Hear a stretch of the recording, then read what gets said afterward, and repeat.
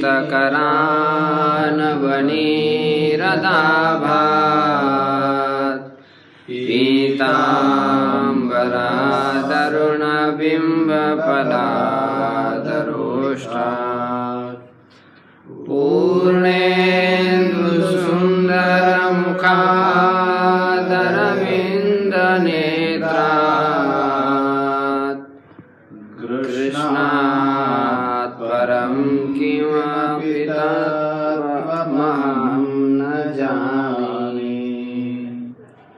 ॐ शान्तिः शान्तिः शान्तिः। श्रीमद् भगवद गीता यह विश्व प्रसिद्ध ग्रंथ है। इस ग्रंथ का परिचय हम सभी लोगों को है ही। कोई इस पर ग्रंथ की महिमा नहीं जानता है, ऐसा नहीं। श्रीमद् भगवद गीता यह ग्रंथ जीवन में कितना उपयोगी है, इसके ज्ञान के बिना हम अपने जीवन को भी नहीं चला सकते, ना दूसरे को जीवन को भी नहीं चला सकते। अपना जीवन भी सुखी नहीं बना सकते, ना दूसरे का जीवन भी सुखी नहीं बना सकते। जैसे पंछी को उड़ने के लिए 2 पंख की आवश्यकता होती है, इसी प्रकार मनुष्य जीवन चलाने के लिए ज्ञान की आवश्यकता होती है और कर्म की आवश्यकता होती है। तो ज्ञान और कर्म मनुष्यों के पास है ही, लेकिन उस ज्ञान और उस कर्म से मनुष्य पूर्ण रूप से सुखी नहीं हो सकता है और संसार बंधन से मुक्त होकर के भगवान को प्राप्त नहीं कर सकता। तो वो ज्ञान कैसा हो, वो कर्म कैसा हो, जिसको हम प्राप्त करके स्वयं सुखी हो जाए और भगवान को प्राप्त कर जाए।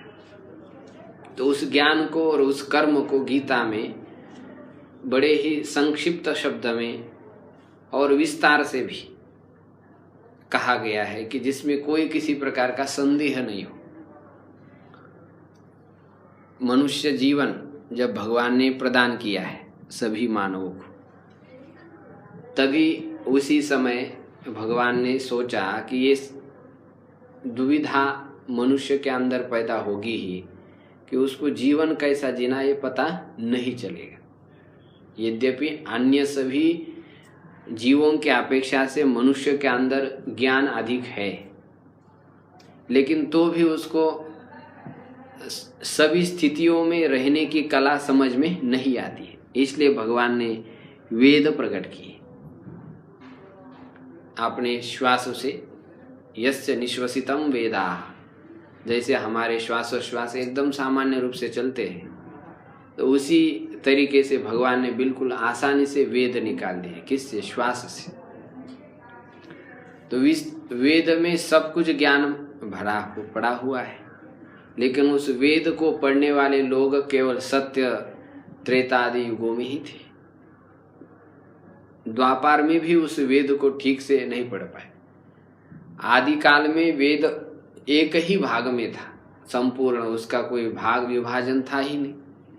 लेकिन उस वेद को जब लोग पढ़ नहीं पा रहे थे, तो फिर उसको भगवान ने ही व्यास अवतार धारण करके उसके विभाजन कर दिया, उसको अलग अलग भाग में विभक्त कर दिया और उसी के ही ऋग यजु साम और अथर्ववेद भेद कर दिए। कुछ उपवेद भी है। तो वेदों में सब कुछ ज्ञान तो है, लेकिन उसके पढ़ने के अधिकारी बड़े उच्च होते हैं, क्योंकि वो सब वेद संस्कृत में हैं और संस्कृत भाषा नारियल भाषा। जैसे नारियल का गरी खाना है अथवा जल पीना है, तो उसके लिए बहुत मेहनत करना पड़ता है। हाँ, यदि आजकल तो दुकानों में मिल जाता है, नहीं तो फिर क्या है, यदि नारियल चाहिए तो इतने ऊपर जाओ पेड़ के ऊपर, या तो तोड़ने की किस सुविधा से उसको तोड़ो, फिर ले आओ, ऊपर का छिलका निकालो, फिर कितनी सारी उसमें परेशानी होती है। और तोड़ते तोड़ते हाथ चमड़ी जो है टूट जाती है, खून निकल जाता है, पैर कोई लग जाता है, कितनी सारी असुविधा होती है। फिर उसके बाद कब वो गरी निकलती है और खाने के लिए भी जाएंगे तो किसी के दांत ही नहीं रहते, तो बड़ी असुविधा होती है। पानी पियो तो किसी को और समस्या हो जाए। तो खोलने के बाद भी वो हजम हो ही जाएगा, या ऐसा कोई नियम नहीं। तो बड़ी असुविधा है उसे। तो ऐसी ही संस्कृत भाषा बड़ी जटिल भाषा है,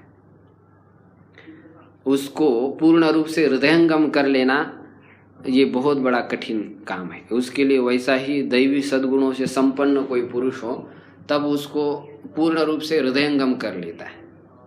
तो इसलिए वेद को पढ़ने की रुचि स्वभावता मनुष्य से क्षीण होती गई। बुद्धि भी सूक्ष्म चाहिए वेद को समझने के लिए। मोटी बुद्धि वाला क्या समझेगा उसमें?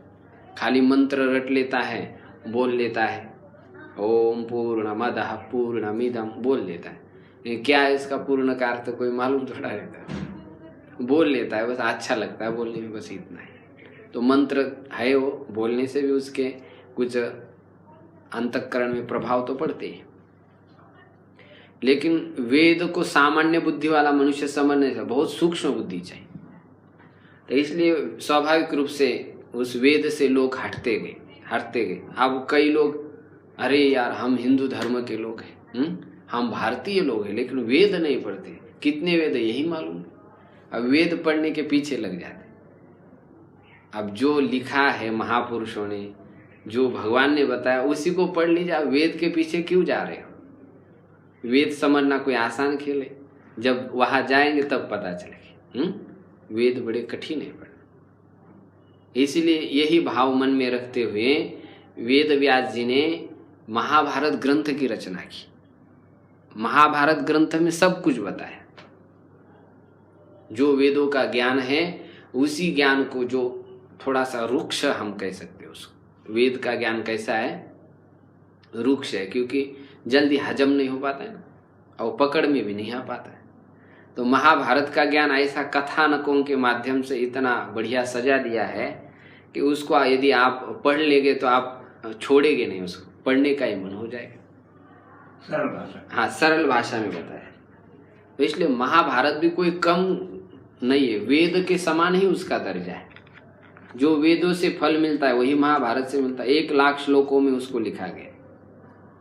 वेदान अध्यापयामास महाभारत पंचमम कार्ष्णम च पंचमम वेदम यन महाभारतम स्मृतम। महाभारत को भी पंचम वेद कहा गया। इतिहास पुराण को 5वां वेद माना गया है। तो वो वेद के समान ही है। तो वो महाभारत है तो बड़ा विस्तार से लिखा। 1,00,000 श्लोक कौन पढ़े अभी? हाँ, इसमें तो एक श्लोक पढ़ने की फुर्सत नहीं। 1,00,000 श्लोक कौन पढ़े उसमें? हाँ, उसमें भी आलसी होते लोग। अब मंदाश्च मंदमतया सुमंदमतया, शौनकादि ऋषि कही रहे शुकाचार्य। हाँ, कर दिया गया है, मना कर देते हैं कुछ लोग विद्वान। हाँ, महाभारत नहीं पढ़ना चाहिए, महाभारत हो जाएगा। हाँ, महाभारत हो जाएगा ऐसा डरा देते उसको। तो ऐसा नहीं है, लेकिन वो एक ऐसा डाल देते थोड़ा सा, कुछ किसी ने कह दिया तो किंवदंती बड़ी फैल जाती है। महाभारत से कोई झगड़े थोड़े लग गए, झगड़े मिट जाते। कई लोग कहते हैं कि ऐसा महाभारत चित्र न लगाए, ग्रंथ न रखे, क्योंकि उससे झगड़े हो जाते हैं। ऐसी मान्यता हो गई लोग की, तो नहीं रखते कुछ। तो महाभारत में समग्र धर्मार्थ काम मोक्ष का प्रतिपादन व्यास जी ने किया है, यथार्थ रूप से किया है। उसको यदि पढ़े कोई तो जीवन कैसा जीना है, भगवान की प्राप्ति कैसा करना, ये सब समझ में आएगा। लेकिन विस्तार होने के कारण उसको सब लोग नहीं पढ़ पाते। तो फिर अब क्या किया जाए? तो उसी महाभारत के अंतर्गत ही कुछ और ग्रंथ बताए गए, जो 5 ग्रंथ हैं, जो विशिष्ट ग्रंथ हैं। गीता सहस्रनामानि स्तवराजो ह्यनुस्मृति गजेंद्र मोक्षणश्चैव पंचरत्नानि भारती। ये महाभारत एक महान विशाल का एक स्वर्ण भुवन है। उसमें सब कुछ रत्न भरे हैं खचाखच। लेकिन उसमें से 5 रत्न जो है बड़े विलक्षण है। एक तो गीता है जिसको हम अभी पढ़ रहे हैं, दूसरा है सहस्रनाम, भगवान के 1000 नाम, तीसरा है स्तवराज, चौथा है अनुस्मृति और 5वां है गजेंद्र मोक्ष। ये 5 जो ग्रंथ है वो महाभारत के दिव्यतम रत्न है। इसी से महाभारत सजा हुआ है। तो ये जो है 5 जो है ये महाभारत के क्या है? रत्न है। तो यदि पूर्ण महाभारत हम नहीं पढ़ पाए तो उसमें से हम ये गीता, विष्णु सहस्त्रनाम आदि को पढ़ते हैं, तो उससे भी हमको सब कुछ जीवन का जो है ज्ञान प्राप्त हो जाएगा। भगवान की प्राप्ति कैसी होगी ये भी समझ में आ जाएगा। भगवान की प्राप्ति के लिए 3 मार्ग शास्त्र में बताया, ज्ञान योग, कर्मयोग और भक्ति योग, 3 ही है, और चौथा तो कोई मार्ग है ही नहीं। तो इस श्रीमद् भगवद गीता ग्रंथ में, जो कि श्रीमद् महाभारत का ही क्या है, अंश है, ये श्रीमद् भगवद गीता जो है ये महाभारत के अंतर्गत ही आ जाती है। भगवान ने जब शोक और मोह से अभिभूत हुए अर्जुन हैं उनको देखा और उनके शोक मोह का निवारण करने के लिए भगवान ने उनको उपदेश दिया है। तो उपदेश तो बहुत विस्तार रूप से दिया होगा, अब युद्ध के प्रसंग में दिया है 7-8 घंटे में जो भी है। तो उन सारे उपदेश को श्री व्यास जी महाराज जी ने संकलित कर दिया है, संग्रहित कर दिया है। कितने श्लोकों में? 700 श्लोकों में संग्रहित कर दिया। केवल 700 श्लोक, केवल 700 श्लोकों में धृतराष्ट्र से उवाच से लेकर के, और अंतिम श्लोक कौन सा है? ध्रुवा नीतिर मतिर्मम संजय यत्र योगेश्वर कृष्णो यत्र पार्थो धनुर्धर। यहाँ तक 700 श्लोकों का संकलन किया गया है। तो ये श्रीमद् भगवद गीता एक अत्यंत अलौकिक ग्रंथ है जिसमें भक्ति, ज्ञान और कर्म योग का प्रतिपादन किया है। कर्म भी आवश्यक है, ज्ञान भी आवश्यक है। केवल ज्ञान से भी काम नहीं चलेगा, केवल कर्म से भी काम नहीं चलेगा। तो ज्ञान और कर्म भी चाहिए और साथ साथ में भक्ति योग भी चाहिए। ज्ञान योग से मनुष्य अपने को जान लेता है, कर्म योग से शरीर की शुद्धि कर लेता है और भक्ति योग से भगवान को प्राप्त कर लेता है। तो तीनों प्रकार के योग बताए हैं। तो श्रीमद् भगवद गीता यह ऐसा ग्रंथ है कि जिस ग्रंथ से ही से श्री भारत की क्या होती है, पहचान होती है। भारत के जो प्रमुख ग्रंथ है रामायणम, महाभारतम च गीता, इन 3 ग्रंथों को यदि निकाले गए तो भारतम भारतम नहीं, तो भारत भारत नहीं कहा जाता है। तो भगवद गीता ये अत्यंत प्रमुख ग्रंथ है, जीवन का एक अभिन्न अंग है। तो उसमें से भी 3 ग्रंथ मुख्य माने जाते हैं, ब्रह्म सूत्र, उपनिषद और भगवद गीता। तो इसको प्रस्थान कहते हैं। इसी के माध्यम से हम जो है अपने स्वरूप को, परमात्मा स्वरूप को जान लेते हैं, जीवन को दिव्य बना लेते हैं। लेकिन उपनिषद जो है वो विशिष्ट अधिकारी के लिए है, सामान्य अधिकारी का प्रवेश वहाँ भी नहीं है। ब्रह्म सूत्र के लिए विद्वान होना चाहिए, दार्शनिक ज्ञान होना चाहिए, तो उसको पढ़ सकता है। लेकिन गीता को कोई अधिकार की जरूरत नहीं, कोई भी हो, कैसा भी हो, किसी भी स्थिति में हो, वो गीता को पढ़ सकता है। उपनिषद आदि को पढ़ने के लिए पहले आपको काबिलियत होनी चाहिए। गीता के लिए ऐसी कोई नहीं, कैसा भी हो, आप अपने कल्याण का एक सूत्र इसमें से प्राप्त करके उसके अनुसार जीवन बीत सकते हैं। इसलिए बड़ा महत्वपूर्ण ग्रंथ हो गया। इसमें से एक एक श्लोक लोग पढ़ते। ऐसा कौन सा देश अथवा प्रांत होगा जिसमें भगवद गीता नहीं पढ़ते? पाकिस्तान जैसे देश में भी भगवद गीता पढ़ी जा रही है। तो उनको देख करके हम लोगों को लज्जा आ रही है कि हम लोग क्या कर रहे हैं। तो इसलिए लोग पढ़ने के लिए प्रवृत्त हो जाए। विदेशों में भगवद गीता को अच्छा पढ़ा जा रहा है, लेकिन हमारे भारत में नहीं पढ़ा जा रहा, क्योंकि उनको लगता है क्या ये तो ऐसा ही लिखा है। लेकिन इसी भगवद गीता को पढ़ करके वो जीवन के सूत्र निकाल रहे हैं। इसमें तो बड़ा सुंदर जीवन जीने का जो है कला बताइए, लेकिन हम लोग नहीं पढ़ पाते। तो ऐसा अत्यंत दिव्य ग्रंथ है। इसको 700 श्लोक में व्यास जी ने संकलित कर दिया है। यह श्रीमद् महाभारत के अंतर ही भीष्म पर्व में आ जाता है। भीष्म पर्व के 24वें अध्याय से लेकर के 42वें अध्याय पर्यंत इस भगवद गीता को बताया गया। इसका नाम श्रीमद् भगवद गीता है। श्रीमद् माने क्या होता है? श्री से युक्त, शोभा से युक्त। जो भगवान है षड्गुण ऐश्वर्य संपन्न, जो परिपूर्ण आनंद कंद श्री कृष्ण है, उनको श्रीमान भगवान कहा जाता है। शोभा से युक्त, षड्गुण ऐश्वर्य संपन्न ऐसे वासुदेव श्री कृष्ण भगवान के द्वारा इसको गाया गया है, कहा गया है। उनका जो कथन है, गीता माने कथन, उक्ति, भगवान श्री कृष्ण के द्वारा जो कहा हुआ गीत है, कथन है, उसको ही क्या कहते हैं? गीता। श्रीमद् भगवद गीता ऐसा पूर्ण नाम है। गीता माने कथन, उक्ति, इतना ही अर्थ होता है उसका। लेकिन वो किसकी उक्ति है? जो शोभा से युक्त षड्गुण ऐश्वर्य संपन्न श्री कृष्ण है, उसकी उक्ति है, जो अर्जुन के लिए कही गई थी, शोक मोह का निवारण करने के लिए। तो उस गीता की महिमा तो बहुत अनंत है। जैसे भगवान के चरित्र की महिमा अनंत है, ऐसी गीता की महिमा भी अनंत है। इसके ऊपर कई आचार्यों ने बड़ा मेहनत किया है और आपने अपनी टीकाएं उसके ऊपर लिखी है। तो उस आचार्य के अनुसरण करने वाले अनुगामी लोग उन टीकाओं को पढ़ करके अपने कल्याण को साधते रहते हैं। तो हम लोग क्या टीका को ही पढ़े? तो ऐसा कोई नियम नहीं। आप मूल श्लोक भी पढ़ करके उसमें से आपने जीवन सूत्र निकाल सकते हैं।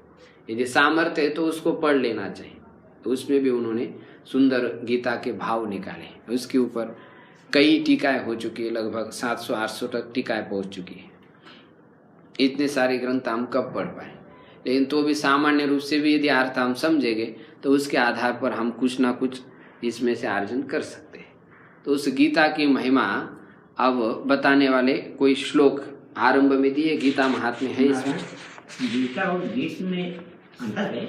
गीता और गीत, जैसे गीत, गोपी गीत, ये गीत है, ये गीता है, हाँ, अंतर है शब्द में। शब्द में जो गीत का मतलब होता है कथन, गान, और गीता का भी वो स्त्रीलिंग है और नपुंसकलिंग है।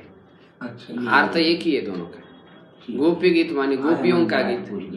कैसे है? हाँ, भगवान का जो गीत है,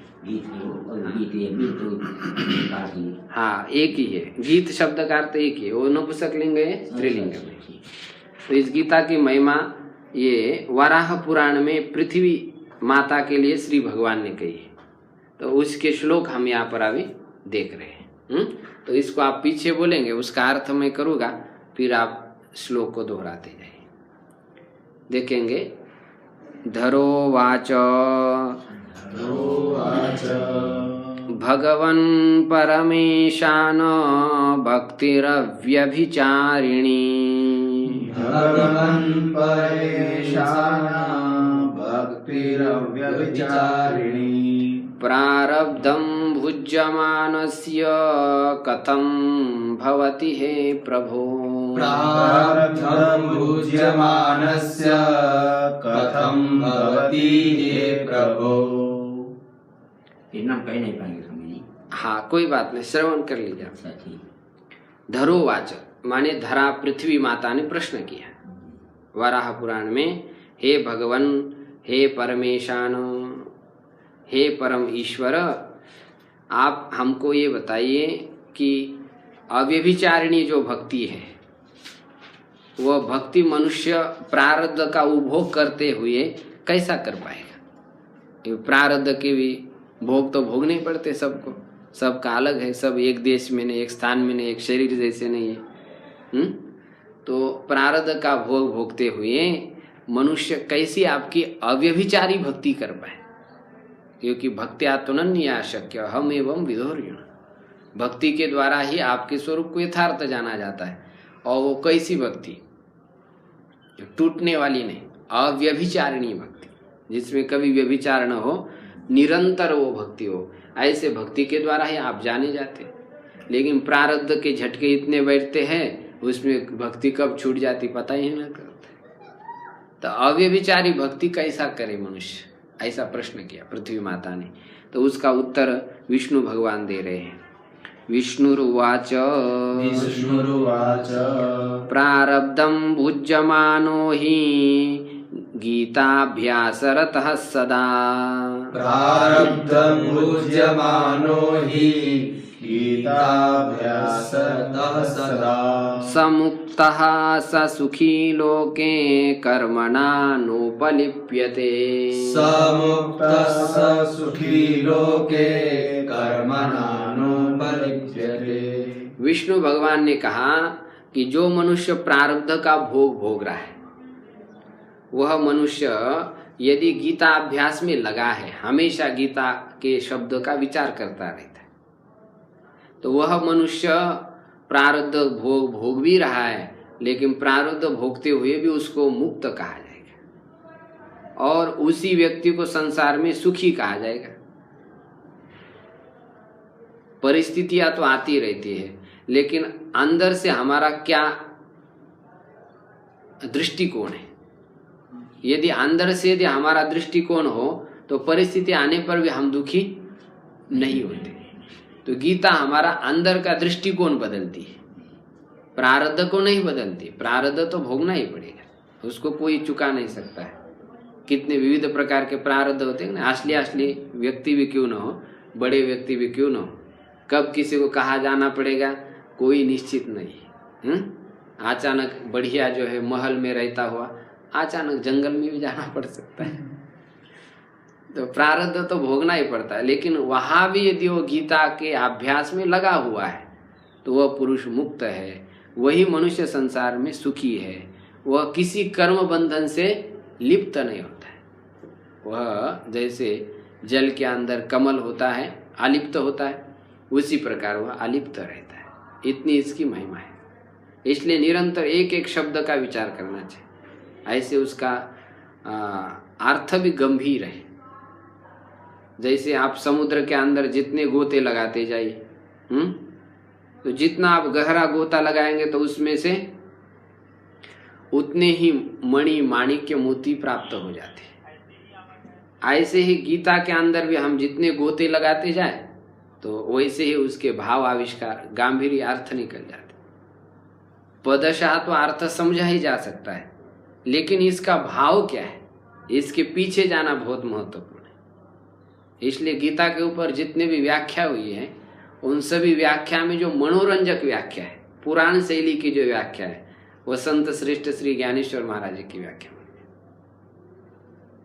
ऐसे कि आप संवादात्मक वो व्याख्या है, जैसे कि अर्जुन और श्री कृष्ण का संवाद चल रहा है। अरे बेटा तुमको क्या हो गया, तुम इतने सिंपल से बात के लिए जो मोह करके बैठ गए हो, लेकिन तुम्हारे जैसे शूरवीरों में ऐसा मोह तो बिल्कुल शोभा ही नहीं देता है। ऐसे बड़े बड़े सुंदर दृष्टांत दे करके बहुत समझाया। एक सिद्धांत समझने के लिए 3 दृष्टांत है।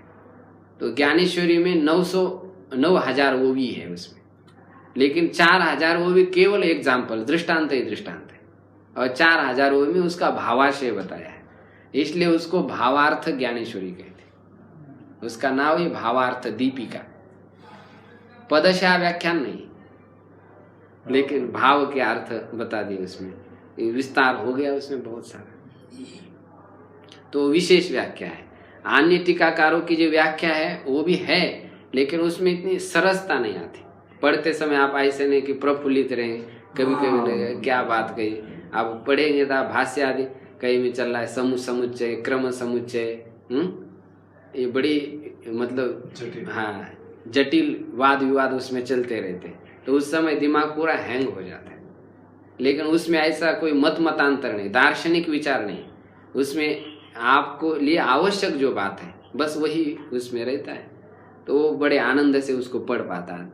लेकिन वो क्या है, मराठी में हो गया, तो इसलिए अन्य लोगों के लिए वो थोड़ा समझना बड़ा कठिन हो जाता है। अब जो उस देश के लोग हैं उसको समझ जाते हैं। अनुवाद है अन्य भाषाओं में भी, लेकिन जो मूल में रहता हो अनुवाद से तो नहीं होता है, लेकिन काम चला सकते हैं। काम चलता है। अब हिंदी में अनुवाद हो ही गया है तो उसको हम समझ सकते हैं। हाँ, गुजराती में भी अनुवाद हुआ है, तो उससे हम काम चला सकते हैं उससे। तो वो टीका पढ़नी चाहिए व्यक्ति को। ज्ञानेश्वरी टीका भी गीता की बड़ी सुंदर है, और खास करके 6ठम अध्याय पढ़ने जैसे जो योग की साधना कर रहे हैं उसके लिए तो बड़ा सुंदर लिखा है, क्योंकि वो ज्ञान सिद्ध योगी है, भक्त सिद्ध योगी है, सब कर्म सिद्ध, सब प्रकार के उनके अंदर सारी सिद्धियां है। तो स्वयं अनुभूत योगी है, इसलिए उनके कथन तो कोई अलौकिक ही है। तो इस प्रकार उस ग्रंथ का यदि मनुष्य भावपूर्वक चिंतन करता है तो कर्म बंधन से लिप्त नहीं होता है। भगवान ने कह दिया पहले श्लोक में। देवी का ये तो प्रश्न था, अविचारिणी भक्ति कैसी करे, तो गीता का अभ्यास निरंतर करते रहे। गीता में ऐसे आविष्कार ही होते हैं, जैसे शंकर जी निरंतर गीता पढ़ते हैं। एक दिन शंकर जी को पार्वती मैया ने पूछा, क्या रात दिन सुबह से लेकर शाम तक गीता में ही मुंह लगा के रखे हैं, क्या दिखता है उसमें आपको? ऐसा थोड़ा डांट करके पूछा पार्वती ने। तो शंकर जी ने कहा, देवी मैं तुमको जब प्रतिदिन देखता हूं तो तुम मेरे को बिल्कुल खिलखिलाई हुई नई नई दिखती हो। ऐसे गीता में जब भी मैं दृष्टि डालता हूं तो उस समय मेरे को नए नए सिद्धांत, नए नए भाव इसमें स्फुरित होते हैं, इसलिए मैं इसको पढ़ता रहता। तो ऐसा जिस समय हम इसको देखेंगे उस समय उसमें एक अलौकिक भाव होता। ये उपास्य ग्रंथ है, इसको कहते हैं कि इसके हमको उपासना कर निरंतर पढ़ना चाहिए। कुछ दार्शनिक ग्रंथ होते हैं उसको हम निरंतर नहीं पढ़ सकते, कभी कभार थोड़ा सा विचार करने के लिए पढ़ लिया, ठीक है। अब अद्वैत सिद्धि है, खंडन खंडन खाद्य है, चित्त सुखी है, आप नहीं पढ़ सकते उसको। एक ही बार पढ़ना मुश्किल है, और 10 आवृत्ति तो कब कर पाएंगे। व्याकरण का महावास्य पढ़ लीजिए आप नहीं पढ़ सकते। नहीं, जैसे रामचरितमानस है, श्रीमद् भगवद गीता है, इसको आप निरंतर पढ़ सकते हैं क्योंकि उपास्य ग्रंथ है। ये साधना के जीवन के अभिन्न अंग है और बिल्कुल सरलता से बताया हुआ है, इतना कठिन भी नहीं उसमें, इसलिए इसका निरंतर पाठ करते रहना चाहिए। दूसरे श्लोक में महिमा बता रहे, महापापादि पापानि गीता ध्यानम करोति चेत। महापापादि पापानि गीता ध्यानं करोति चेत् क्वचित् स्पर्शं न कुर्वन्ति नलिनी दलमम्बुवत्। क्वचित् स्पर्शन कुर्वन्ति नलिनी दलसंभुवत्। महापापादि पापानि, महापाप और उपपाप होते हैं, इन पापों को भी गीता ध्यानम करोति चेत, यदि मनुष्य गीता के अर्थ का चिंतन करता है तो क्वचित स्पर्शम न कुर्वन्ति, कभी भी उसका स्पर्श नहीं करते। किस प्रकार? नलिनी दल मंबुवत, जैसे नली कमलिनी का जो दल रहता है वह जैसा जल को स्पर्श नहीं करता, जल से अलिप्त रहता है, वैसे हम कर्म बंधन से, पाप, महापाप, उपाप, इन सब से जो है हम रहित होते हैं यदि गीता का चिंतन करते रहते निरंतर। तो निरंतरता की बात है, कभी किया 2-4 दिन और फिर छोड़ दिया तो उससे नहीं होता। उससे तो और मतलब आवरण चढ़ता रहता है ना दिमाग के ऊपर। पढ़ने से थोड़ा आदमी का हमेशा माइंड फ्रेश रहता है। ये माइंड का खुराक है, इसको देना ही पड़ता है, नहीं देंगे तो इसके ऊपर तुरंत मैल चढ़ जाता है।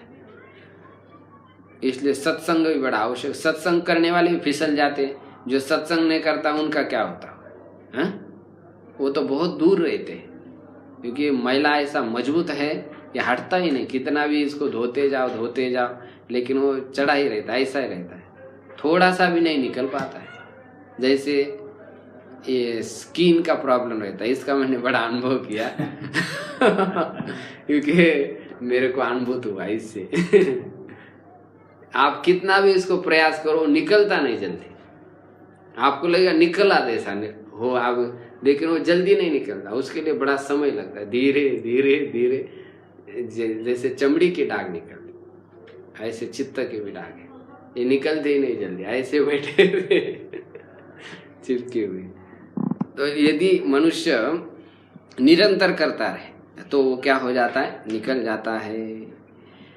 आगे कह रहे हैं, गीताया पुस्तकम यत्र यत्र पाठः प्रवर्तते। गीताया पुस्तकम यत्र यत्र पाठः प्रवर्तते। तत्र सर्वाणि तीर्थानि प्रयागादीनि तत्र वै।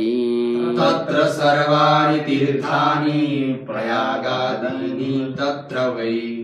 गीताया पुस्तकम यत्र, जहाँ पर गीता का पुस्तक होता है, जहाँ पर गीता जी का पाठ चलता है, तत्र सर्वाणि तीर्थानि, वहाँ पर प्रयाग आदि जो महातीर्थ है वह भी वहाँ पर आ जाते हैं, माने सूक्ष्म रूप से वहाँ पर उनकी उपलब्धि होती है, इतना पवित्र वातावरण वहाँ पर हो जाता है। सर्वे देवाश्च ऋषयो योगिनः पन्नगाश्च ये। सर्वदेवाश्च ऋषयो योगिनः पन्नगाश्च ये। गोपाला गोपिका वापि नारदोद्धव पार्षदैः। गोपाल गोपिका वापि नारदोद्धव पार्षदैः। सर्वे देवा, सभी देवता लोग, ऋषि लोग, योगी लोग, पन्नग माने उरग, गोपाल जो भगवान के पार्षद है, गोपिकाएं हैं, ये सभी नारद उद्धव पार्षदै ही, नारद उद्धव आदि जो भगवान के पार्षद हैं वे सभी उसी स्थान पर सूक्ष्म रूप से रहते हैं। उनको भी सुनने की इच्छा तो होती ही रहती है ना। अब हनुमान जी इतने बड़े राम जी के चरित्र के जानकार हैं, लेकिन तो भी आ ही जाते हैं सुनने के लिए। यदि वक्ता वैसा बड़ा संयमी हो, जितेंद्रिय हो, विरागी हो, तो वहां पर ये सब लोग उपस्थित होते हैं। सहायो जायते शीघ्रं यत्र गीता प्रवर्तते। सहायो जायते शीघ्रं यत्र गीता प्रवर्तते। यत्र गीता विचारश्च पठनं पाठनं श्रुतम्। यत्र गीता विचारश्च पठनं पाठनं श्रुतम्। तत्राहं निश्चितं पृथ्वी निवसामि सदैव हि। तत्राहं निश्चितं पृथ्वी निवसामि सदैव हि। सहायो जायते शीघ्रम, ये सभी लोग वहां पर शीघ्र सहायक हो जाते हैं। यत्र गीता प्रवर्तते, जहां पर गीता का पाठ चलता रहता है, माने अर्थ चिंतन अथवा केवल पाठ चल रहा है, तो वहां पर ये सब सहायक हो जाते हैं। यत्र गीता विचारस्य पठनम पाठनम श्रुतम, जहां पर गीता का विचार, पढ़ना पढ़ाना और श्रवण चलता है, तत्र हम निश्चितम पृथ्वी निवसामि सदैव। हे पृथ्वी, मैं वहां पर निश्चित ही निवास करता हूँ। जैसे जहाँ भगवान के भक्त होते हैं वहां पर भगवान अवश्य होते, ऐसे ये भगवान का यह ग्रंथ है, उनकी वाणी से निकला हुआ है, वहां पर भी भगवान विराजमान रहते हैं। वेद है, गीता है, इन सभी ग्रंथों में भगवान रहते हैं। वेदों के अपेक्षा से भी गीता को ज्यादा प्राधान्य है। उपनिषद ब्रह्म सूत्रों के अपेक्षा से भी ज्यादा प्राधान्य गीता का है, क्योंकि वही उपनिषद और ब्रह्म सूत्र का अर्थ ही बताया है इसमें, संक्षेप और विस्तार से दोनों रूप से बताया है। वेद भगवान के श्वासोश्वास से निकला हुआ है और भगवत गीता भगवान के साक्षात मुखारविंद से निकली, इसलिए उस हर एक शब्द को भगवान के ओष्ठ का स्पर्श हुआ है। इसलिए भी भगवत गीता जो है वेद के अपेक्षा से श्रेष्ठ मानी जाती है। तो उसमें भगवान का निवास है। जैसे श्रीमद् भागवत है, उसमें भी भगवान कह रहे कि प्रत्यक्षा ऐसा वांगमयी मूर्ति, ये भगवान की वांगमयी मूर्ति है, वहाँ पर भगवान ने अपना तेज स्थापित किया है। ऐसे गीता में भी भगवान का निरंतर निवास रहता है। इसलिए आगे कह रहे भगवान कि यदि मेरा आप घर पूछ रहे हो तो मेरा असली घर तो गीता ही है। ये सुंदर श्लोक है। गीताश्रये हम तिष्ठामि गीता में चोत्तमं गृहम्। गीताश्रये अहं तिष्ठामि गीता में चोत्तमं गृहम्। गीता ज्ञानमुपाश्रित्य त्रीन् लोकान् पालयाम्यहम्। गीता ज्ञानमुपाश्रित्य त्रीन् लोकान् पालयाम्यहम्। हे देवी, मैं निरंतर गीता का आश्रय करके रहता हूँ और इसलिए गीता ही मेरा उत्तम गृह है। अपने घर वैकुंठ में भी रहते ही है, लेकिन उत्तम गृह मेरा कौन सा है? गीता ही। गीता के अंदर जो कहा हुआ ज्ञान है, उसी ज्ञान का प्रयोग करके मैं इन तीनों भुवनों का पालन करता हूँ। गीता का ज्ञान ही मैं प्रयोग करता हूँ संसार में और संसार को देता हूँ। ऐसा यह ज्ञान इसमें बताया हुआ है। गीता में परमा विद्या ब्रह्म रूपान संशयः। गीता में परमा विद्या ब्रह्म रूपान संशयः। अर्धमात्राक्षरानित्या स्वानिर्वाच्य पदात्मिका। अर्धमात्राक्षरानित्या स्वानिवृत्य पदात्मिका। गीता में परमा विद्या, गीता जो है परम विद्या है। परम विद्या ब्रह्म विद्या है, इसलिए ब्रह्म विद्यायाम मंत्र पुष्पिका में कहा जाता है। तो ये ब्रह्म विद्या इसमें कही है, इसलिए परमा विद्या है। सामान्य विद्या संसार की होती है और भगवान को प्राप्त कराने वाली विद्या परमा विद्या। ब्रह्म रूपा न संशय, ये ब्रह्म रूप ही है, इसमें कोई संशय नहीं। इसलिए अर्धमात्रा अक्षरा नित्या, जो इस ब्रह्म विद्या का आधे मात्र अथवा अक्षर का भी आधे मात्रा अक्षरा का भी जो निरंतर पाठ करता है, नित्या स्वानिर्वाच्य पदात्मिका, स्व अनिर्वाच्य, अपने पदों से जो अर्थ अभिव्यक्त करने वाली है वो अनिर्वाच्य अर्थ को अभिव्यक्त करने वाली, ऐसे इसके पद है।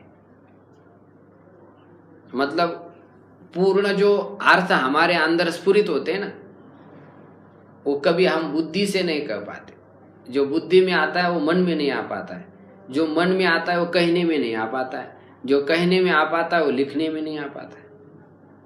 तो माने पूर्ण रूप से भावाशय को पकड़ नहीं पाते। स्फुरित तो होते हैं अंदर, कुछ कुछ स्फुरित होते हैं, लेकिन संपूर्ण रूप से उसको पकड़ नहीं पाते।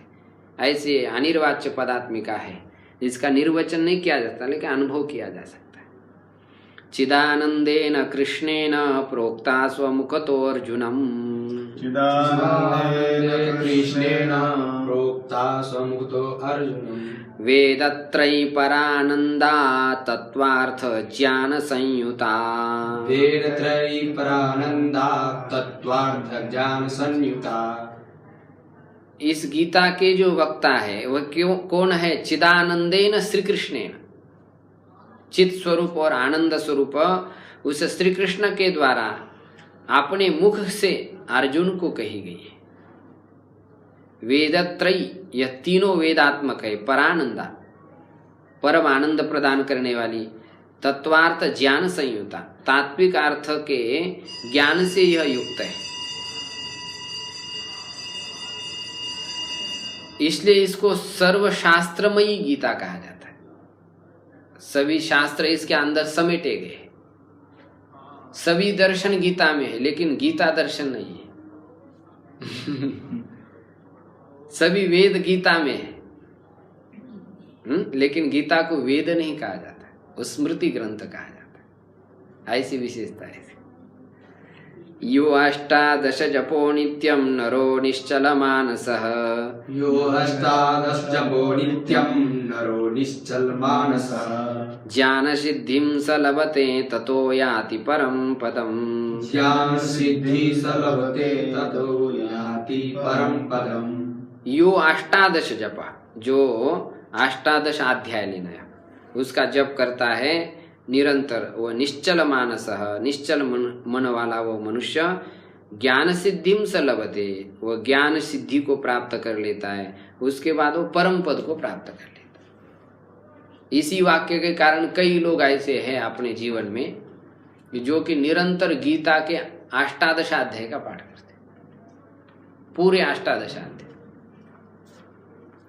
महाराष्ट्र में एक पैठण क्षेत्र है, वहां पर एक गीता मंदिर बना हुआ है। वहां के एक संत थे, अभी उनका शरीर छूटा 1-2 साल में। उन्होंने वो मंदिर गीता मंदिर ही बनाया है। इतना विशाल काय मंदिर बनाया है कि पूरे दीवार के ऊपर संगम रमर जो फर्श रहता है उसके ऊपर लिख दिया है। उसके लिए पूरा जीवन उन्होंने लगा दिया है। अब एक अकेला आदमी कितना करेगा, लेकिन सब प्रभाव गीता जी का। इतना सब कार्यकाज करते हुए कोई ऐसा दिन एब्सेंट नहीं रहा कि जिस दिन उन्होंने अष्टादश अध्याय का पाठ न किया। इतने बड़े मतलब पुण्यात्मा। तो उसी के प्रताप से देखो उन्होंने सब, वो भी लोक में भी करके दिया। ज्ञानी भी बड़े सुंदर थे, ब्रह्मचारी थे, विवाह आदि भी नहीं किया। तो ऐसा उसका विलक्षण प्रभाव। अभी भी ऐसे कितने सारे लोग हम भी देखते हैं कि वो निरंतर अष्टादश अध्याय का पाठ करते रहते। बड़ी इसकी महिमा है और इसी को देखते हुए बहुत लोगों ने फिर प्रलोभन शुरू कर दिया, जो इस अष्टादशाध्याय को याद करेगा उसको खूब बख्शिश दिए जाएंगे। वहां पर श्रृंगेरी में एक है दक्षिण में, वहां पर यदि आप अष्टादशाध्याय याद करके जाएंगे तो आपको 22,000 पारितोषिक दिया जाएगा। अभी तो शायद बढ़ भी गया होगा, हमने उसमें लेके आए हैं पहले जा करके तो उसको तो अभी 8 साल हो गया, अभी तो कुछ परिवर्तन हो गया। अभी भी वो लोग जाते वहां, तो याद करके जाइए, आपको खूब पैसा दे दे, 20-25 हजार दे दे एक ही बार, ज्यादा प्रश्न नहीं पूछते। वो जो बड़े स्वामी जी रहते वो तो 2-4 ही प्रश्न पूछेंगे आपको। जैसा धर्म क्षेत्र श्लोक है, कीमा कुरुवत संजय, बोलो श्लोक पूरा करो, ऐसा नहीं शुरू से पूछेगा। 4 प्रश्न कर दिए बस हो गया, परीक्षा पास हो गया, चलो इसको ले जाओ, ऐसी परीक्षा। तो ऐसा इसका, क्योंकि वो इसी के बहाने, अब जिसने पूरे अष्टादश अध्याय याद किए, कितनी बार आवृत्ति की होगी उसने, तो उसको उससे प्रेरणा मिल गई, तो कितना सब उसका पुण्य का संचय हो गया हो, तो उसको थोड़ा कुछ दे करके वो उसके भी भागी हो जाते हैं। तो इसलिए निरंतर इसका जो पाठ करता है वो ज्ञान को भी प्राप्त कर लेता है, लौकिक साम्राज्य को भी प्राप्त कर लेता है। पाठे असमर्थ संपूर्णे ततोर्धम पाठमाचरे, पाठे समर्थ संपूर्णे ततो अध पाठमाचरे, तदा गोदानजं पुण्यं लभते नात्र संशयः, तदा गोदानजं पुण्यं लभते नात्र संशयः। पाठे असमर्थः संपूर्णे, यदि कोई मनुष्य संपूर्ण पाठ करने में समर्थ नहीं तो कोई आधा ही कर ले। 18 का आधा कितना हो जाएगा?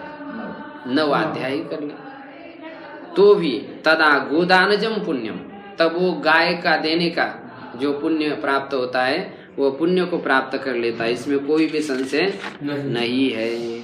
त्रिभागम पठमानस्तु गंगा स्नान फलम लभे, त्रिभागम पठमानस्तु गंगा स्नान फलम लभे, षडंशं जपमानस्तु सोमयाग फलम लभे, परसं जपमानस्तु सोमयाग फलम लभते।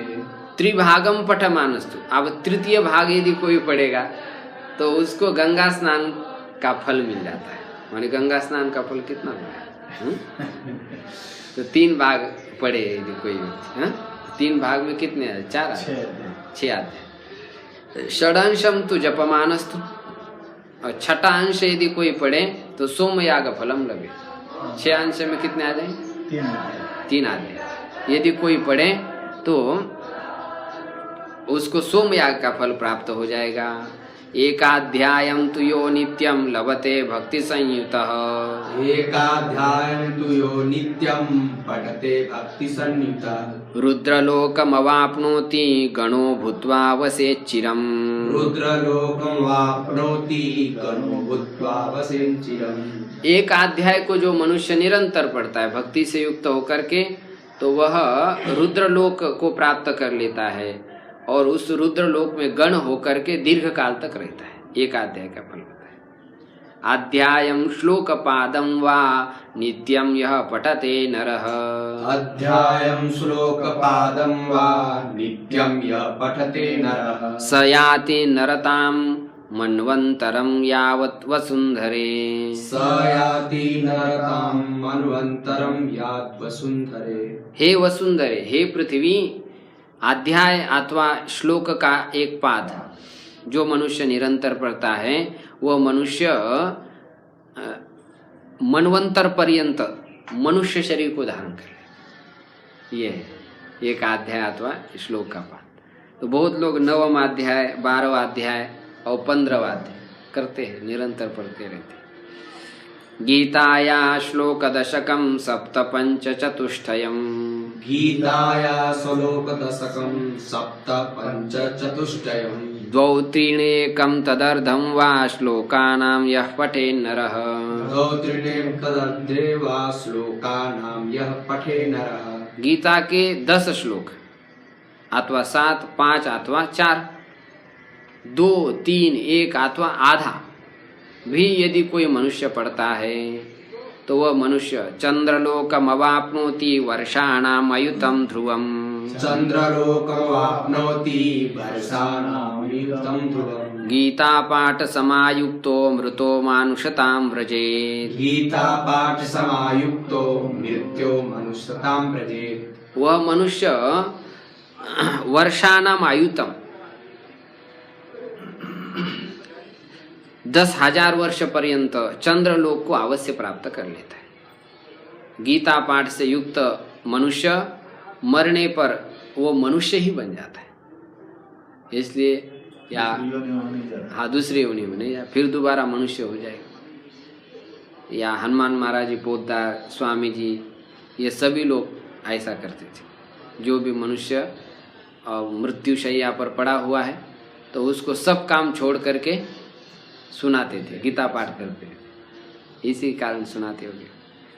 गीताभ्यासं पुनः कृत्वा लभते मुक्तिमुत्तमाम् गीताभ्यासं पुनः कृत्वा लभते मुक्तिमुत्तमाम् गीतेति उच्चारण संयुक्तो म्रियमाणो गतिं लभे गीतयोच्चार संयुक्तो म्रियमाणो गति लभे गीताभ्यासं पुनः कृत्वा, गीताभ्यास को बार बार करके मनुष्य उत्तम मुक्ति को प्राप्त कर लेता है।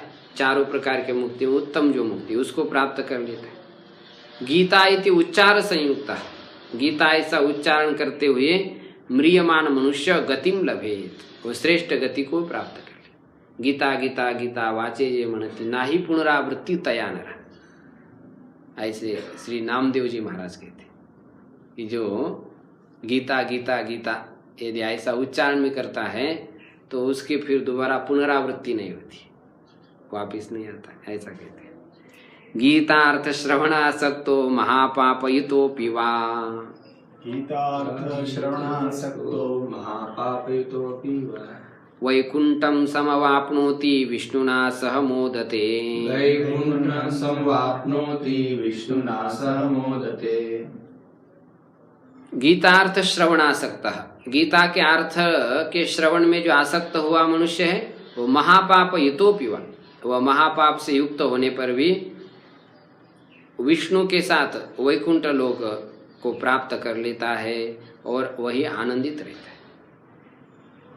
गीतार्थं ध्यायते नित्यं कृत्वा कर्माणि भूरिशः गीतार्थ ध्यायते नित्यं कृत्वा कर्माणि भूरिशः जीवन मुक्तः स विज्ञेयो देहान्ते परमं पदम् जीवन मुक्तः स विज्ञेयो देहान्ते परमं पदम्। जो गीता के अर्थ का नित्य ध्यान करता है और बार बार कर्म करता है वह पुरुष जीवन मुक्त स विज्ञेय, उसको जीवन मुक्त समझना चाहिए। देह नष्ट होने के बाद वह पुरुष परम पद को प्राप्त कर लेता है। गीतामाश्रित्य बहवो भुभुजो जनकादयः गीतामाश्रित्य बहवो भुभुजो जनकादयः निर्धूत कल्मषा लोके गीतायाताः परम पदम् निर्धूत कल्मषा लोके गीतायाताः परम पदम्। गीताम आश्रित्य, गीता का आश्रय करके ही बहुत सारे जनकादिक राजा लोग भी, सामान्य मनुष्य ने, राजा लोग भी कर्मणैव संस्थितिं मास्तिता जनकादय लोक संग्रामे वापि संपशन कर्तुमर्हसि। तो जनकादिक जो बड़े बड़े ऋषि लोग हैं, अश्वपति आदि राजा लोग हैं, वे भी इस गीता का आश्रय करके निर्धूत कल्मषाः, सभी पाप से रहित होकर के वो परम पद को प्राप्त हो गए, ऐसा संसार में गाया गया है। गीताया पठनं कृत्वा माहात्म्यं नैव यः पठेत् गीताया पठनं कृत्वा माहात्म्यं नैव यः पठेत् वृथा पाठो भवेत् तस्य श्रम एव ह्युदारुतः वृथा पाठो भवेत् तस्य श्रम एव ह्युदारुतः। जो मनुष्य गीता का पाठ तो कर लेता है लेकिन महात्म्य नहीं पढ़ता है तो कह रहे उसका पाठ संपूर्ण व्यर्थ हो जाता है, पूरा श्रम ही हो जाता है। इसलिए महात्म्य भी पढ़ना चाहिए था, इसलिए शुरू में महात्म्य दिया है तो उसका विचार हम करेंगे, इसका महात्म्य का आगे इसमें महात्म्य बताया जाएगा। एतन् महात्म्य संयुक्तं गीताभ्यासं करोति यः एतन् महात्म्य संयुक्तं गीताभ्यासं करोति यः सतत्फलमाप्नोति दुर्लभां गतिमाप्नुयात्। सतत्फलमाप्नोति दुर्लभा गतिमाप्नुयात्। इस महात्म्य से संयुक्त जो मनुष्य गीता का अभ्यास करता है वह उस फल को प्राप्त कर लेता है और दुर्लभ गति को प्राप्त करता है। सूत जी कह रहे हैं महात्म्य में तद गीताया मया प्रोक्तम सनातनम। महात्म्य में तद् गीताया मया प्रोक्तम सनातनम। गीतान्ते च पठेद्यस्तु यदुक्तं तत्फलं लभेत्। गीतान्ते च पठेद्यस्तु यद्युक्तं तत्फलं लभेत्। सूत जी कह रहे हैं इस गीता के महात्म्य को, जो सनातन महात्म्य है, इसको मैंने आपको कह दिया है। तो जो गीता के अंत में इसको पढ़ लेता है तो जो उपरोक्त फल बताया है उस फल को वह मनुष्य प्राप्त कर लेता है। तो महात्म्य पूर्वक ही गीता का पाठ करना चाहिए, ऐसा इसमें ऋषियों ने कहा है। उसकी महिमा मालूम होनी चाहिए ना कि गीता क्या है। इसलिए हमने आज पहले दिन में महात्म्य को ही देखा है। इति श्री वाराह पुराणे धरा प्रोक्तम श्री गीता महात्म्यम संपूर्णम। तो गीता की महिमा बताने वाला ये महात्म्य पूरा हो गया। अब जो गीता प्रेस से प्रकाशित गीता है उसमें जो महात्म्य बताया है उसका विचार हम कल करें। ओम पूर्णमदः पूर्णमिदं पूर्णात् पूर्णमुदच्यते पूर्णस्य पूर्णमादाय पूर्णमेवावशिष्यते। ओम शांति शांति शांति।